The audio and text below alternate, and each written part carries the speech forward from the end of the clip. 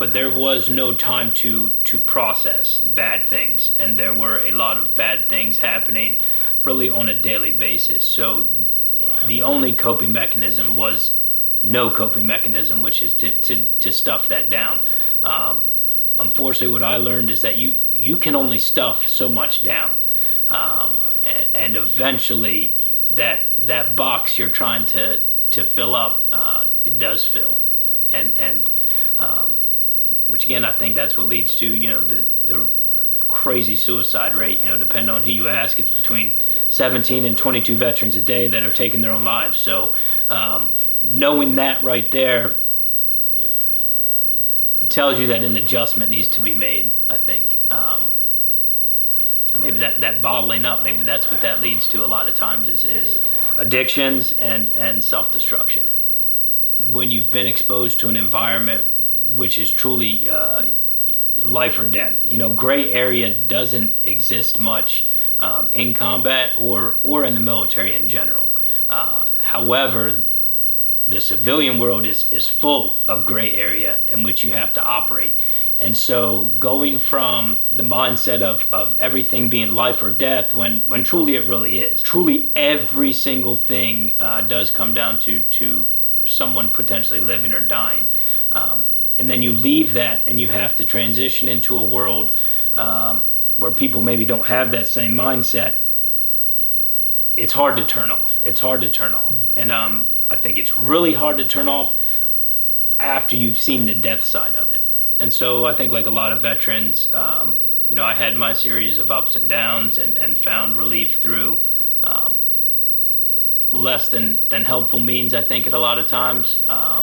Spent a lot of time maybe hiding problems, avoiding problems, ignoring problems, until they started to compound, and I could see maybe the destruction around me between my family life or my personal relationships or lack thereof, or issues at work, and all of the above. Same thing a lot of veterans, I think, go through.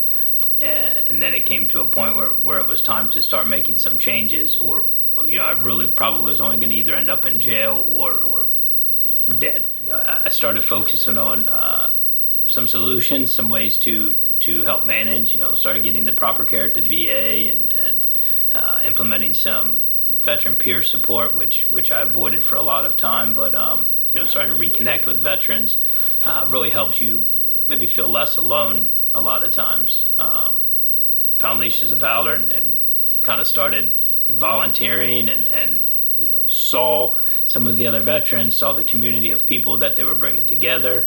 Like Leashes of Valor does, taking one leash, saving 2 lives. They were able to rescue and retrain Tesla, and I was able to get her, and now she's been with me, I think, almost 4 years now. I've had Tesla 3 or 4 years. Been with me truly, like, every day, all day. If I move, she moves. Pretty incredible. It is a battle buddy all the time, as silly as that may sound, and a different level of support that is just truly there all the time, and a responsibility. I think that for some of us, what we deal with, we need a certain level of responsibility to ensure that we make the right choice and not the wrong choice, or we go left when we should go right. Because the dog, in order to stay as good as she is, she requires that, and in order for me to keep the dog, I need to make sure I'm doing those things. And so, here we are, 3-4 years later. We've made some pretty big steps. I guess in a weird way, the dog is kind of like a source of strength, I guess. And it's crazy because we'll get to a new place or we'll get to the store, and I don't want to stand in line. I don't want to be behind people. But then I go to open the back of the car, and this dog's tail is just wagging, and it's just like ramped up, like, let's go to the store, and it could be the store, it could be sitting at a gymnastics meet, like I said. I mean, you name it, and the dog is like ready to go. It is a source of reassurance. She's on guard. I'm less on guard.